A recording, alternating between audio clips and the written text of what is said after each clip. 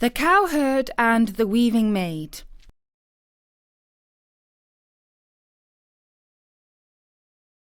This story is very romantic. Almost fairy tales end when the hero and heroine marry and live happily ever after. This ancient Chinese myth does not stop on the wedding day. A long time ago there lived a poor cowherd. His parents had died, and he lived with his brother and his sister-in-law. But his only relatives were cruel to him, and one day they drove him out of the house. A farmer took pity on the homeless boy and offered him a daily meal and a bed of straw in the cowshed. In return, the boy would look after the farmer's old ox. From then on, the boy spent his days and nights with the animal. In fact, the beast was his only companion. Despite his great age, the ox was a handsome creature. His golden hair shone in the moonlight. The boy knew in his heart that his friend had something heavenly about him. One day, when they were out on the hills, the ox turned his great head to the boy and spoke to him clearly in an almost human voice. "Boy," he lowed, "you're my friend, and you have looked faithfully after me. Now I am old, and soon I will die. My time on earth is done.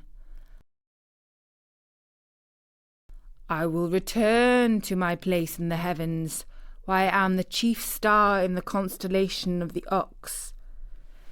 Before I go, I wish to see you married." The poor lad did not know how to reply. He knew not a single girl, let alone one that would marry him. The ox saw how perplexed he looked, and spoke as follows. "Listen carefully to me, for this is what you must do. Today is the 7th of the month.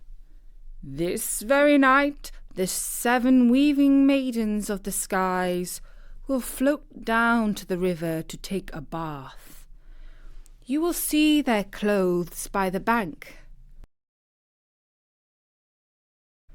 The 7th daughter wears robes of red. Sneak quietly to the bank and steal her clothes. In this way you will get to know her, for she will call out and demand the return of the robes." The boy sighed, for the river was far away on the other side of the mountain. He would not be able to reach its banks before nightfall. The celestial ox again saw that the boy was at a loss, but he had an answer for this problem too. He told the cowherd to climb on his back. Then off they flew through the skies to the river. When they arrived, the boy stepped down from his friend's back and swiftly hid behind a jade tree. Towards midnight he heard splashing and giggling. He peeped round the tree and saw the maidens swimming and playing in the water. While they were having fun, he crawled stealthily forward and pinched the red robe of the 7th daughter of the skies. When the weaving maidens had finished washing and frolicking, they came out onto the bank. But where were the red robes of the seventh daughter of the skies? They knew right away that somebody must have stolen them. The girl without clothes hid behind a bush to cover her modesty. Her sisters called, "Come out, whoever you are! It is not wise to play pranks on the immortals. Our father is the Jade Emperor and the ruler of all heavens. He knows how to punish naughty human folk." The boy saw the funny side of the situation and felt bold. He stepped forward holding the red robes before his eyes. He called out, "Lovely maiden, seventh daughter of the skies, promise to be my wife, and I will return these clothes to you."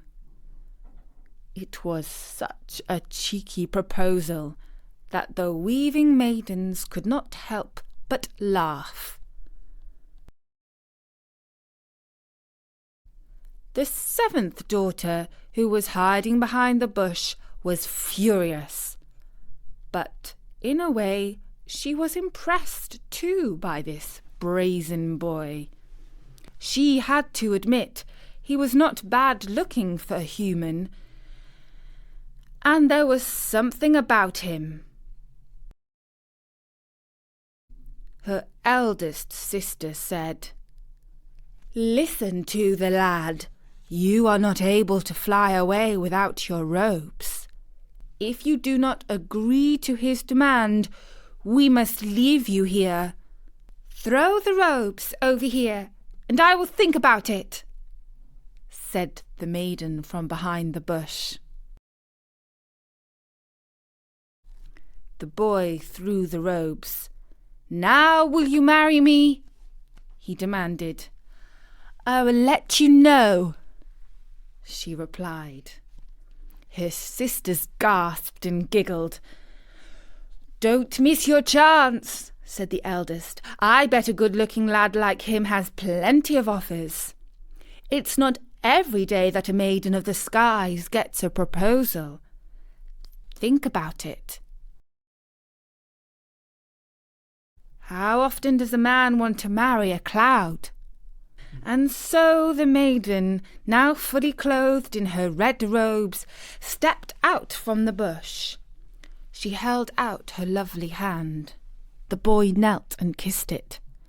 She agreed to be his wife. Her sisters flew away to the skies, where they continued as usual to flit across the heavens in the form of fluffy clouds. By contrast, the lovely seventh maiden lived on earth with the cowherd. She took the shape of a most beautiful woman. From that day on, the boy's fortunes prospered. The farmer adopted him as his son and gave him a wedding gift of land and livestock. His mean brother and sister-in-law could only look on enviously at his prosperity. The cowherd lived happily with his heavenly wife, and 3 years later they had twins, a beautiful boy and girl. The only sadness in their lives was that the dear old ox had passed away. They had comfort in that they could look up at the sky and see him twinkling in the constellation of the ox. Up in the heavens, the passing of 3 years is like 3 days to the gods. The heavenly mother began to notice that the dawn and the evening clouds had lost their rosy tint. She realized that the seventh weaving maid, she of the red robes, had gone missing. She scanned the earth with all her seeing eye, and spotted the happy couple living in a humble hovel. "That is not fit for a divine maiden," she shouted, and the whole sky was filled with a terrible thunderstorm. Mad with fury, she sent her heavenly soldiers to the farmhouse. They delivered the Queen's message to her daughter. She must return to the skies or face the destruction of her family and children. With great sadness, she had no choice. She must go back to heaven. The soldiers escorted her, leaving her wailing children and husband behind. For the first time since the night at the river, the cowherd was in despair and did not know what to do. He looked up into the heavens and saw the twinkling star of his friend the ox. Then he remembered that when the mortal form of the ox had died, he had kept his hide. He took the ox skin down from the wall and spread it out on the floor like a carpet.